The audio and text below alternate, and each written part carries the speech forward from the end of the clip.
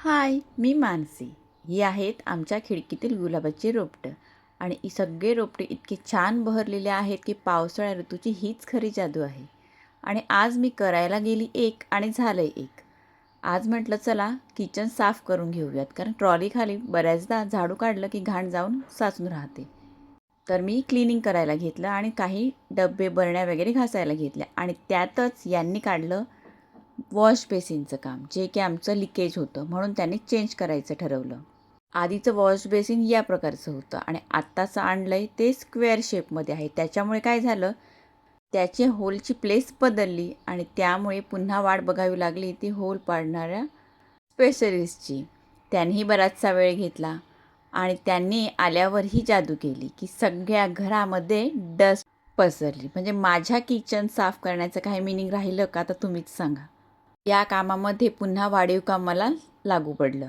हे सगळं आवरलं आणि त्यानंतर आम्हाला जायचं होतं एका ठिकाणी बाहेर आणि ग्रीवाग्रीच्या स्कूलमधून यायच्यात आम्ही काही येऊ शकत नव्हतो, म्हणून त्यांना 15-20 मिनटं आज लवकर स्कूलमध्ये पिकअप केलं.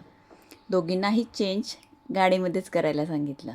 सौदीवरून आलेली आहे आत्या आणि त्या थांबलेल्या आहेत छोट्या ताईंकडे, परंतु त्यांनी ग्रीवाग्रीशाचा खाऊ मात्र पाठवून दिलेला आहे.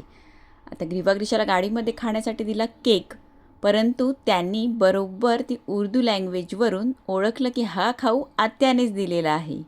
ती आली नाही, पण हा खाऊ कसा काय दिला हा प्रश्न त्यांना पडला. आमचं इकडे एक छोटंसं काम होतं, ते आम्ही केलं आणि रिटर्न घरी आलो. आल्याबरोबर आम्ही लगेच आत्याच्या पिशव्या चेक करायला सुरुवात, कारण की माहिती आहे त्यामध्ये काय आत्याने आणलेलं छान छान खाऊच असणार.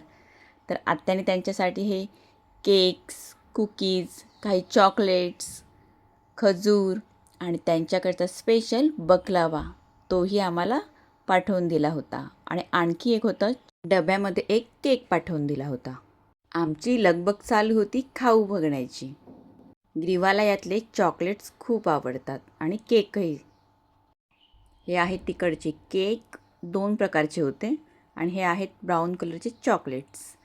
हे काय बिस्किट्स, कुकीज. हे चॉकलेट्स खूप टेस्टी असतात, दोघींना खूप आवडतात.